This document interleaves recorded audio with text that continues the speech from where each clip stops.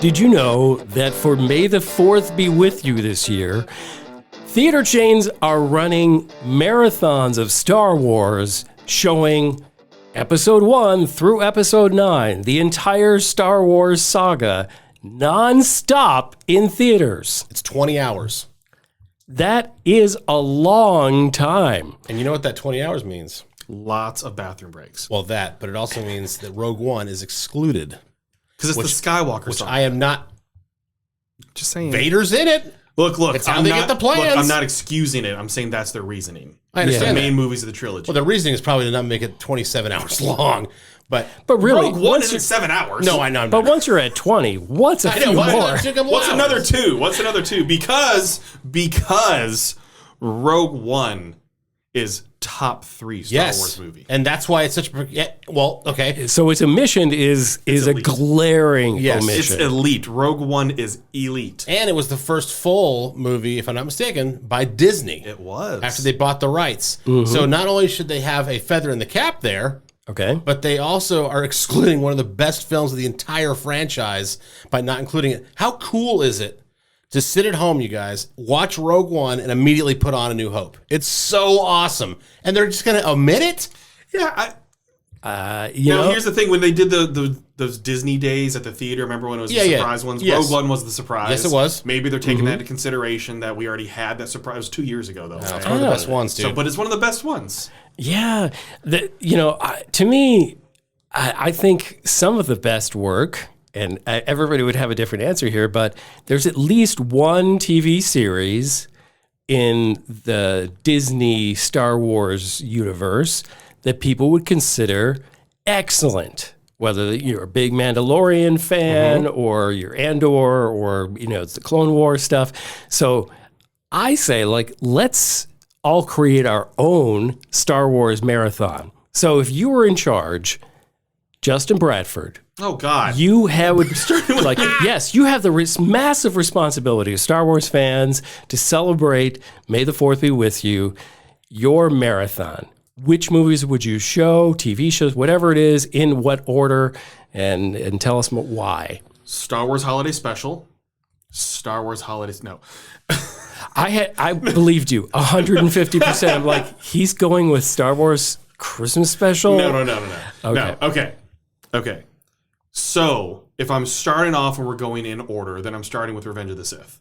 If we're going to watch it like this, because people that are going to this have already seen it, so you don't necessarily have to watch it in release order. That is correct. You're watching the story. Now, I don't know if those are great arguments, if someone is experiencing Star Wars for the first time, they need to start with the OG because of the surprises, because of the reveals. Right. Because there'll be payoffs later. Yes. If they start with the prequels and they already know about Vader and everything like that, it ruins Empire Strikes Back.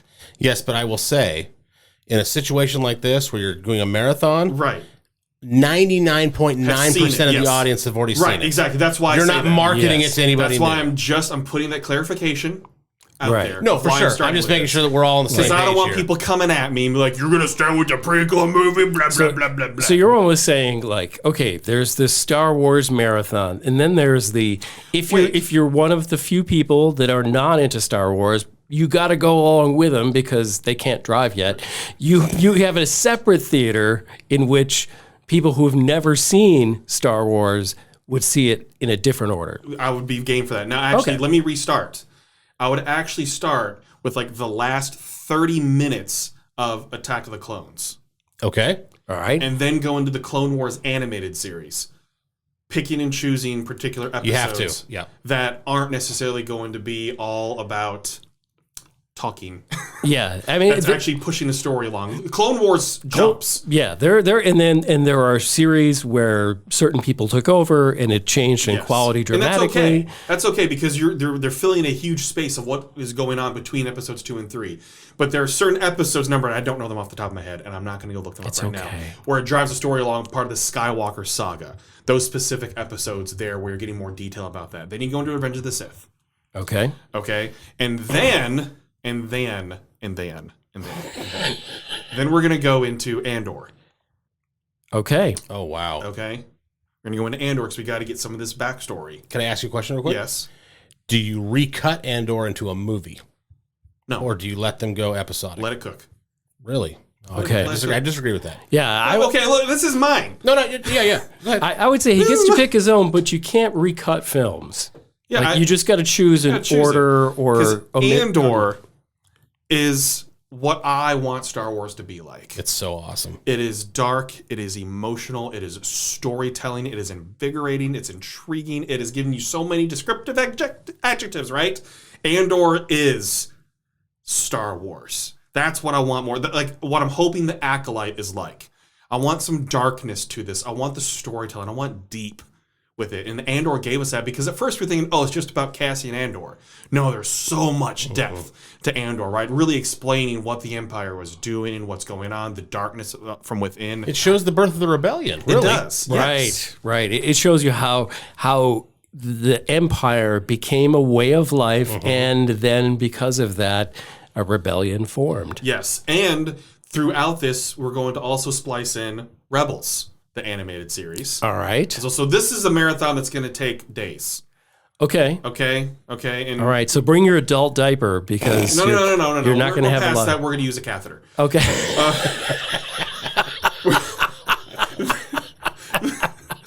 All right.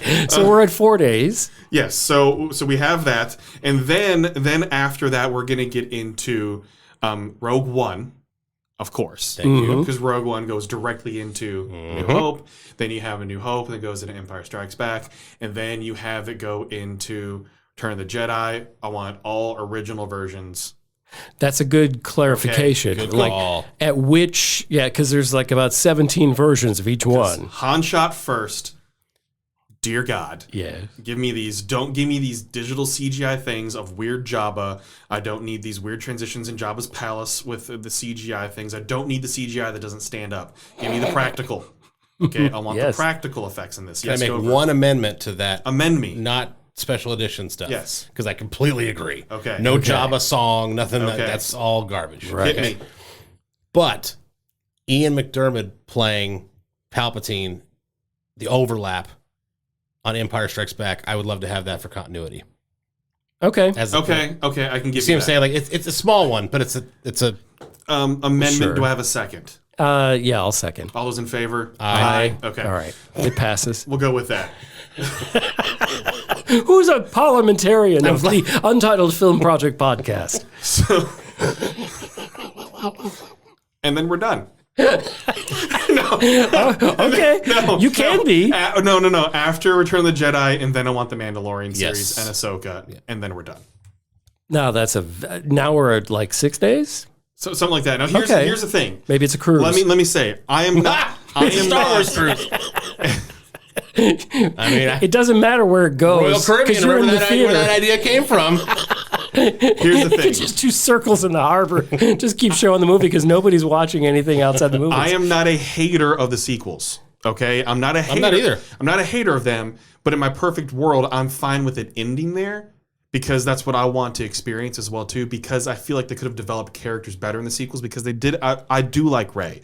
I do like these characters, but I wanted more from them and more character development from them. So if I'm given the perfect trilogy, or my perfect scenario of marathon. That's my perfect. Again, I am not a hater on these whatsoever. I will 100% watch them. It's still Star Wars, okay? Yep. It's not one of those things where I can't believe this. It's just a Mary Sue, blah, blah, blah, blah, blah, blah. Go. Okay? It's still Star Wars. And give me new Star Wars. I will watch new Star Wars. I want more Star Wars. You got some Tatooine sand in your underwear or something. You are fired up. I hate sand. I can go next because mine's short. Yeah, tell us about your Lego Star Wars. 82 minutes marathon. Not short as in a marathon. Short as in Bradford's already expanded on everything. So I would. Sorry. No, it's fine. I would start with Revenge of the Sith. I think it's one of the best movies of the entire saga. I really enjoy it a lot, and it's a perfect place to kind of just start and go. Right? You're right. You don't need the Qui-Gon finding, Anakin and the Jar Jar. You don't need any of that. Okay, start there. Then you go to Rogue One, and then you go to, well, I guess you go to Andor first. Andor, and then Rogue One. You don't have to include it. No, I want to. Okay. But here's what I would do. I would cut it as a film.